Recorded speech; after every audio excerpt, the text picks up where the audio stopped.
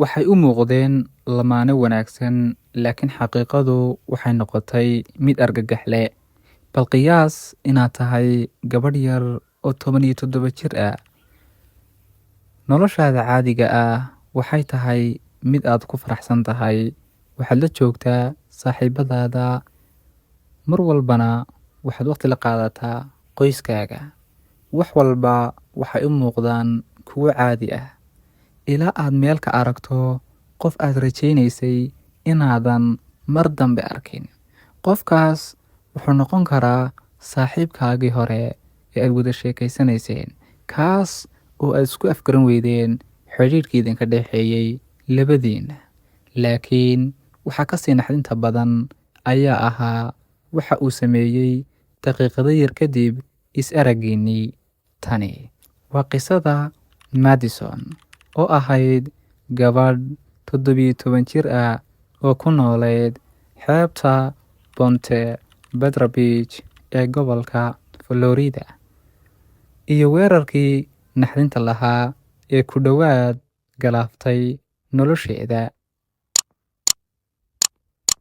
Aynu bilowno siduu xidhiidhku uu ku bilaabmay. Dabayaaqadii 2022, Madison waxay xidhiidh jacayl la bilowday wiil lagu magacaabo Spencer Pearson. Spencer Pearson muddo ku dhow 6 bilood ayay wada socdeen. Dadka dibadda ka eegayay ee la socday xidhiidhkooda waxay u arkayeen inay yihiin lamaane dhalinyaro ah. Laakiin markii la soo gaadhay Abriil 2023, Madison waxay go'aansatay inay xidhiidhka ay soo afjarto. Waxay dareentay in xidhiidhku aanu caafimaad qabin, yacni ay wax ka qaldan yihiin.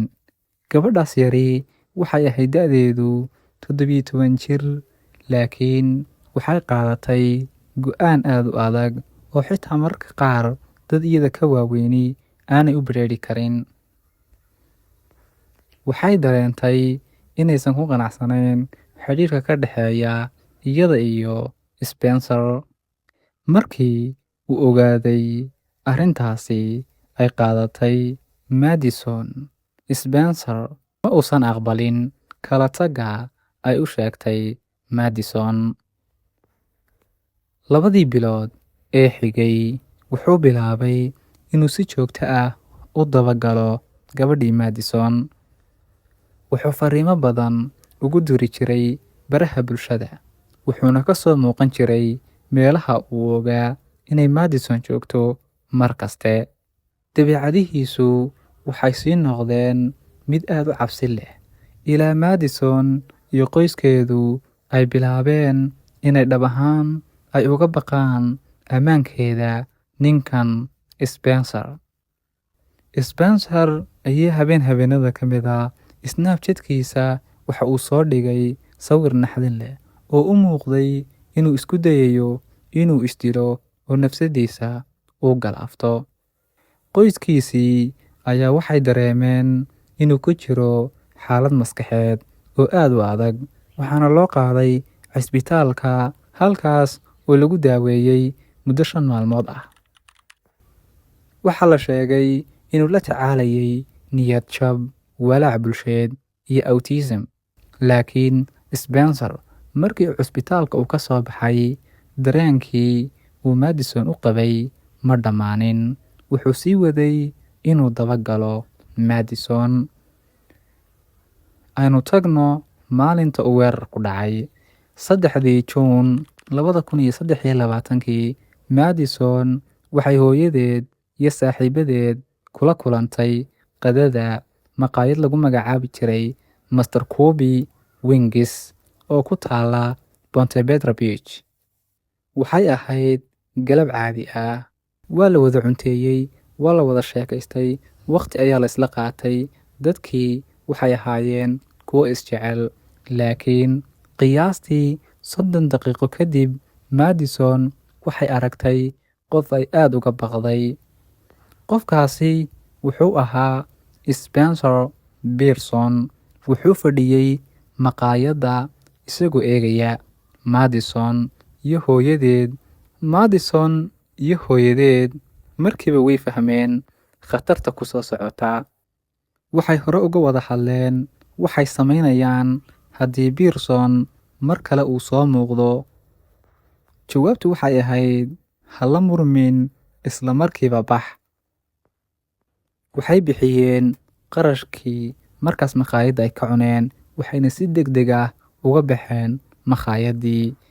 Madison iyo hooyadeed waxay u malaynayeen inay baabuurka fuuli doonaan oo ay meesha ka tegi doonaan. Laakiin Pearson ayaa ka daba baxay. Markii Madison iyo hooyadeed bannaanka u soo baxeen, Pearson ayaa orod ugu soo dhaqaaqay dhankii Madison iyo hooyadeed ay joogeen. Wuxuu watay Spencer Pearson mindi af weyn. Weerarkii naxdinta lahaa. Pearson ayaa gadaal kaga yimid Madison. Dhulka ayuu ku tuuray, kadibna wuxuu bilaabay inuu mindida ku dhufto. Madison waxaa mindida la geliyey 17 jeer. Dhaawacyadu waxay gaadheen qoorteeda, dhabarkeeda, iyo qaybaha kale ee jidhkeeda. Wuxuu ahaa weerar aad u daran. Hooyadeed, Jacqueline, markii ay aragtay gabadheeda oo la weerarayo, si toos ah ayay uga dhex boodday.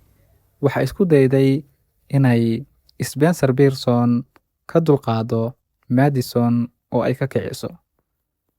Laakiin Spencer Pearson wuxuu mindidii u jeediyey Jacqueline. Jacqueline oo ahayd maamada Madison, wuxuu ka dhaawacay fooda, gacanta iyo lugta. Labadiiba mindi ayuu geliyey. Inkastoo ay iyaduna dhaawacantay, Jacqueline ma aysan joojin dagaalka iyo badbaadada gabadheeda. Waxay isku dayday hal shay oo keliya, inay gabadheeda ay noolaato oo ay ka badbaadiso ninkan Spencer Pearson.